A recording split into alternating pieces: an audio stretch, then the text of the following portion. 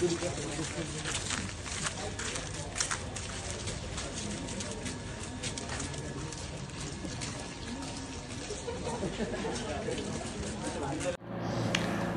आप देख रहे हो इंडिया फैक्ट न्यूज़। मैं हूँ आपका होस्ट नावेद आज़मी। जैसे कि आप जानते हैं, सरकार वक्फ बोर्ड बिल में संशोधन लाने वाली है, जिसको लेकर आज नागपुर में काली पट्टी लगा के विरोध किया गया। तो हमारे साथ इसी पे चर्चा करने के लिए आए हैं मुफ्ती शफीकुर रहमान साहब। सर, चैनल में आपका बहुत बहुत इस्तकबाल है। क्या है वक्फ बोर्ड? सबसे पहले हमारे दर्शकों को आप ये बताइए। वक्फ बोर्ड ख़ास तौर से मुसलमानों का एक मजहबी मसला है जी। और वक्फ जो प्रॉपर्टी है मुल्क हिंदुस्तान के मुख्तलिफ़ इलाक़ों के अंदर, ये प्रॉपर्टी हमारे पुरखों ने मुसलमानों की फ़लाह व बहबूद के लिए और उनको तरक्की पर पहुंचाने के लिए अपनी प्रॉपर्टी को वक्फ़ किया है। और ये प्रॉपर्टी अल्लाह के नाम पर वक्फ़ है, लिहाजा इस पर किसी तरह का कोई बस किसी भी इंसान का तसर्रुफ़ नहीं हो सकता और किसी भी गवर्नमेंट का कोई तसल्लुत नहीं हो सकता, इसलिए कि यह अल्लाह की मिल्कियत में चली जाती है। और जो चीज़ अल्लाह की मिल्कियत में चली जाती है उस पर किसी का हक़ नहीं होता। वो जिस मकसद के तहत वक्फ़ की गई है, लिहाजा उसको उस मकसद में इस्तेमाल करना ही ये वक्फ प्रॉपर्टी कहलाती है। अभी चंद सालों से हुकूमत की निगाह, जो उनका जो अहम काम होता था, उन्होंने वो काम छोड़कर मजहबी मामलात के अंदर उन्होंने दखल देना शुरू किया है। और ख़ास तौर से मुसलमानों के जो मजहबी मसाइल है उसके अंदर बहुत ज़्यादा वो अड़चनें ला रही है, बहुत ज़्यादा परेशानियों में डाल रही है। इससे पहले हमारे यहाँ एक काला कानून 3 तलाक बिल का पास किया गया और इसके ज़रिए से बस मुसलमानों को परेशान करना मकसूद है।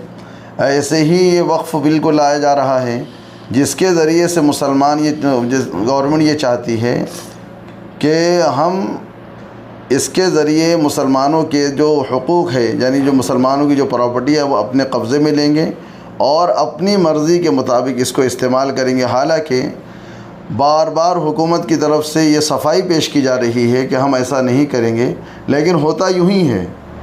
होता यही है कि जब गवर्नमेंट किसी चीज़ को अपने कब्ज़े में ले लेती है तो वो अपनी मर्ज़ी के मुताबिक इसको इस्तेमाल करती है।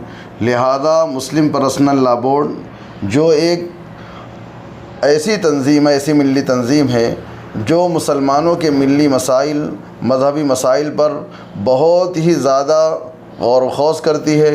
पूरे तंज़ीम, यानी इस तंज़ीम के अंदर मुसलमानों के हर मसलक के लोग शरीक हैं।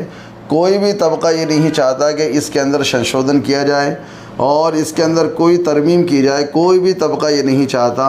बिला वजह ही गवर्नमेंट ज़बरदस्ती ये कानून हम पर थोपना चाहती है। इसलिए आज जंतर मंतर कई रोज़ से जंतर मंतर पर ये एहतजाज चल रहा है।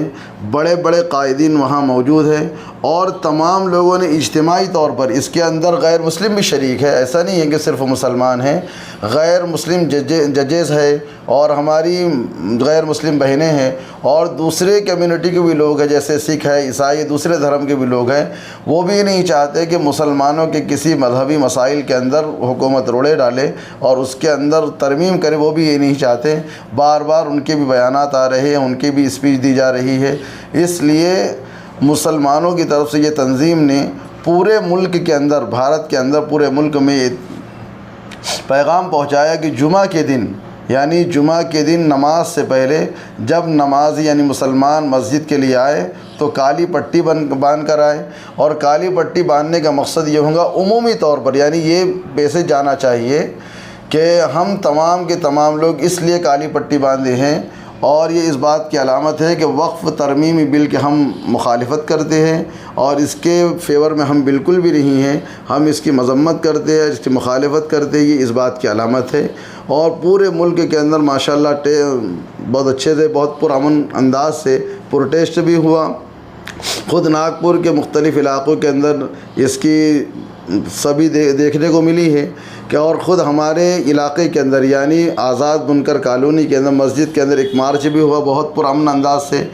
جن میں مسلمان نوجوان اور بوڑھے سبھی شریک رہے، اور انہوں نے پر انداز طریقے سے اپنا احتجاج درج کروایا اور یہ کہا کہ اس کے اندر وہی ہم بالکل ترمیم نہیں چاہتے، جیسا قانون ہے اس کو ویسا ہی رکھا جائے، جو حکومت کے جو کام کرنے کے ہیں بار بار اس کی طرف توجہ دلائی جائے، جو کسانوں کے مسائل ہیں، جو یووا کے مسائل ہیں، جو بے روزگاری کے مسائل ہیں، جو مہیلاؤں کی عزت کے مسائل ہیں، ان پر غور کرے، ان کو غور و خوض کرے، اور جو نوکری کے لیے لوگ ادھر مارے مارے پھر رہے ہیں گورنمنٹ اس پر توجہ دے، تب جا کے یہ پورا ملک ہمارا بہت زیادہ یعنی کہ پرامن طریقے سے آباد ہوگا، اور یہاں پر رہنے والے بہت خوشحالی کے ساتھ رہیں گے۔